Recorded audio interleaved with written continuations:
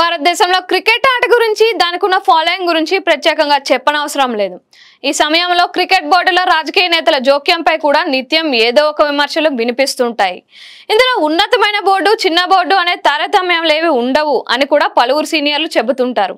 ఈ క్రమంలో తాజాగా స్టార్ క్రికెటర్ హనుమా విహారీ ఇలాంటి వ్యాఖ్యలు చేశారు. ప్రస్తుతం ఇతడు చేసిన వ్యాఖ్యలు ఇప్పుడు వైరల్ గా మారాయి. అవును, చాలా రంగాలతో పాటు క్రికెట్లోనూ రాజకీయ జోక్యం పెరిగిపోయిందంటూ వస్తున్న ఆరోపణలకు బలం చేకూర్చేలాంటి సంఘటన ఒకటి తాజాగా జరిగింది. ఇందులో భాగంగా ప్రముఖ cricketer Hanuma Vihari AP cricket association లో రాజకీయ నేతల పాత్ర పెరిగిపోయిందన్నట్లు చేసిన వ్యాఖ్యలు ఇప్పుడు అటు రాజకీయ వర్గాల్లోనూ ఇటు క్రీడా రంగాల్లోనూ తీవ్ర చర్చనీయాంశంగా మారాయి. వివరాల్లోకి వెళ్తే, 7 ఏళ్లుగా విహారీ కెప్టెన్ గా వ్యవహరిస్తున్న ఆంధ్ర రంజీ జట్టు ఇటీవల మధ్యప్రదేశ్ చేతిలో కేవలం 4 పరుగుల తేడాతో ఓడిపోయిన సంగతి తెలిసిందే.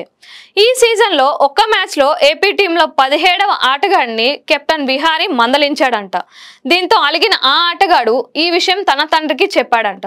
ఆయన ఒక కార్పొరేట్ గా ఉన్నారని తెలుస్తోంది. ఈ సమయంలో ఆయన ఆంధ్ర క్రికెట్ అసోసియేషన్ కు ఫిర్యాదు చేశారంట. దీంతో ఈ విషయంపై ఏసీఎస్ సీరియస్ గా స్పందించడం, అందులో భాగంగా విహారీని కెప్టెన్ గా తొలగించడం, ఆ స్థానంలో మరో కెప్టెన్ ను నియమించడం చకచకా జరిగిపోయాయంట.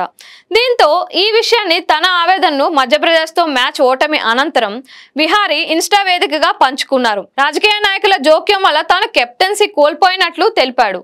ఇందులో భాగంగా బెంగాల్ తో జరిగిన మ్యాచ్ లో తానే కెప్టెన్ గా ఉన్నాను అని చెప్పిన విహారీ అప్పుడు ఆ టీం నిర్దేశించిన 410 లక్షల్ని పోరాడి ఛేదించామని తెలిపాడు. అలా గత సీజన్ లో ఫైనల్ కు చేరిన బెంగాల్ జట్టును తాము మొదటి మ్యాచ్ లోనే ఓడించినా కూడా తనను కెప్టెన్సీ నుంచి రాజీనామా చేయాల్సిందిగా ఏసీఏ ఆదేశించింది. తన తప్పేమీ లేకపోయినా ఈ శిక్ష పడిందని ఆవేదన వ్యక్తం చేశాడు. ఇది ఆత్మగౌరవానికి సంబంధించిన విషయం అని పేర్కొన్నాడు. ఇకపై ఆంధ్ర జట్టుకు ఆడబోనని ప్రకటించాడు. మరోపక్క హనుమా విహారీని కెప్టెన్ గా తొలగించిన అనంతరం ఫిర్యాదు చేసిన వ్యక్తి మినహా జట్టులోని 15 మంది సభ్యులు ఏసీఏ పెద్దలకు ఒక లేఖ రాశారు. ఇందులో భాగంగా విహారీనే కెప్టెన్ గా కొనసాగించాలని కోరారు. వారిలో విహారీ తర్వాత కెప్టెన్ గా నియమితుడైన రిక్కీ బూయ్ కూడా ఉండడం గమనార్హం.